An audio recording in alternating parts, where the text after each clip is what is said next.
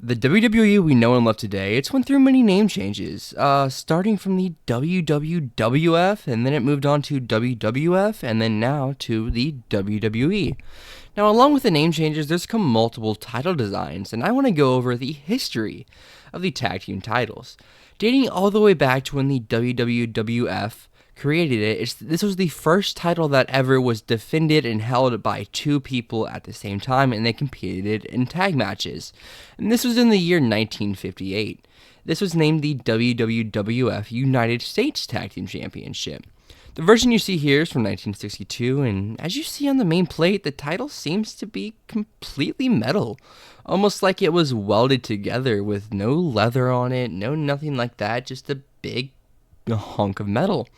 And when you compare it to today's society, it's weird that they had the United States name on a tag team title.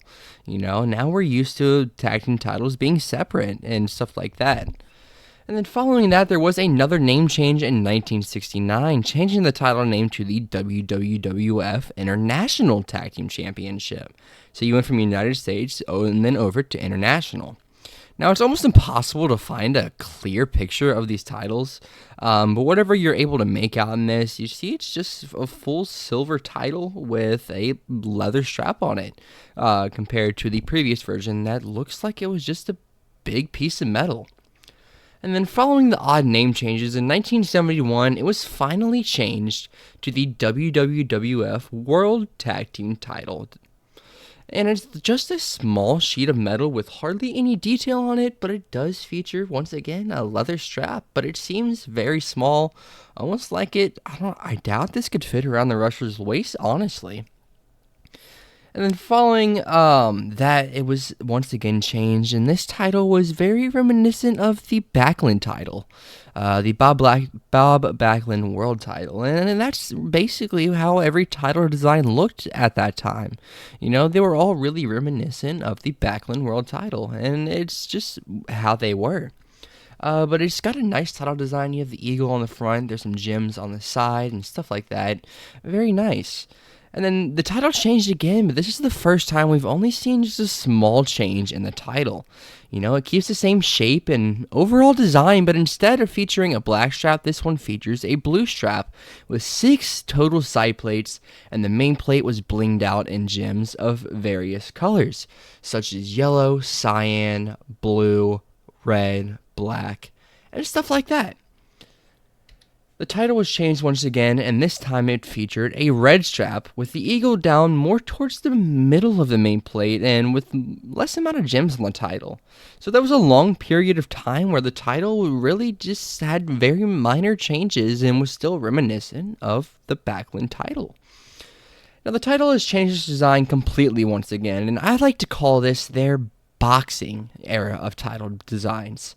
And they'd all remind me of just boxing world titles, just titles you would see in boxing. And this features 6 total side plates with almost a dual-plated main plate. And then you have the main stack with the blue sheet, and then you have like the gold details stacked on top of it. And then the last title under the WWF name was once again a complete redesign, and I really enjoy this style of belt. It looks prestigious, and I love the red color of the strap, but once again, it still resembles a boxing title in my opinion, or almost like a Lucha Underground title if you're comparing it to sort of more modern day wrestling. So in 1979, the WWF was changed to the WWF, and with that comes a complete redesign of the belts once again.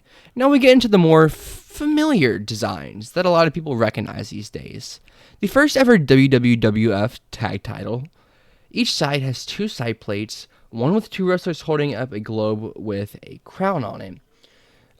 So it's, you recognize this because this really shaped the way titles will be designed up until the name change was once again changed. And you still see some resemblance of this in the current tag title on SmackDown, which we will get into a little later in the video. The title evolved as time went on, and this time it was a full silver version of the WWF tag title. And you have the eagle on the top, the blue globe with the world written in red, with the tag team championship banner in black. The side plates on this ones are very, very small compared to the main plate, which is definitely interesting to me. But this main plate is, once again, it's been really the same design throughout history, other than a short period of time, which we'll talk about a little later on. Yeah, the WWF logo, and there's a lot of versions of this that you can buy as replicas. They're not officials though. But the side plates is my only really complaint on this. Is just the side plates are too small compared to the size of the main plate. So the title was changed once again, and this time it was all gold instead of silver. This is the first time that there's really been a downgrade in the tag title design, in my opinion, mainly just because the other version was so much better. The all silver version looks a lot better than the all gold version. The globe features a lighter blue color than the previous version. The red seems to be a little bit different, and I just overall prefer the dark one a lot more. The title was changed, and this time it was a combination of the previous versions of the all gold and all silver version. It kept the better looking side plates and combined the gold and silver together.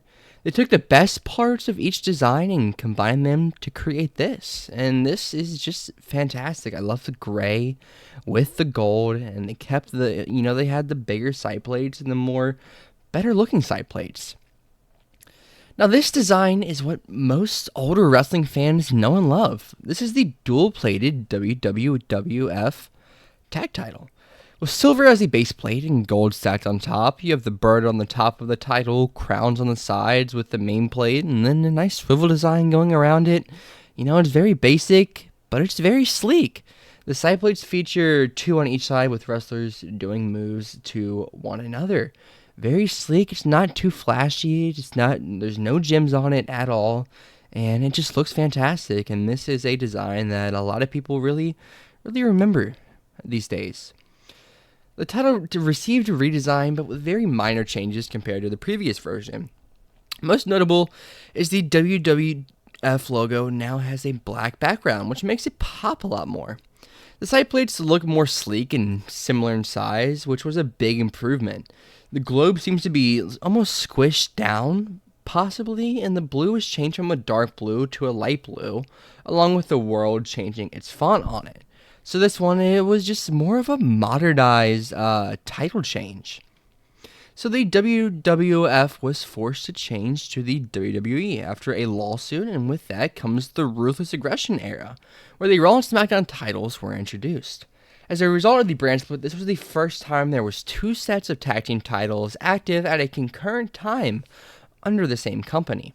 So you have the Ruthless Aggression Raw Tag Team title, and then the Ruthless Aggression SmackDown Tag Team title, and both are just fantastic. I prefer the Raw one over the SmackDown. Back in the day, I would choose the SmackDown one over the Raw, but over time, my opinions changed.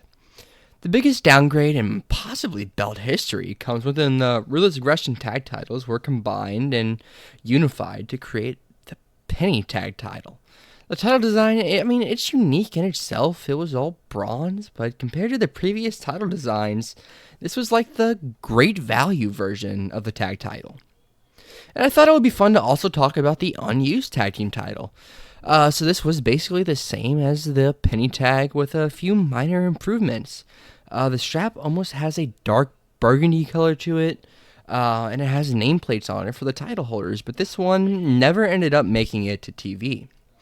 The WWE once again had a brand split, and that brought us this monstrosity of a title, as you see here, featuring the same design as previously used, but with silver plates and the strap color being the color of the respective brands. So you have the Raw one here, and then the SmackDown one here. And then finally, in April 2024, the hideous title designs were officially retired for good, and everybody celebrated, mainly me, giving us two brand new title designs. The Raw one is dual plated. It has a circular main plate with the WWE logo front and center, and it's on top of a shield. And correct me if I'm wrong, but this is the only dual plated design that we have currently in the WWE, and it happens to be the Raw tag title. And then for SmackDown, they received a new title design as well, and it really encapsulates the WWF title and also the Ruthless Aggression SmackDown title with a more modernized spin on it.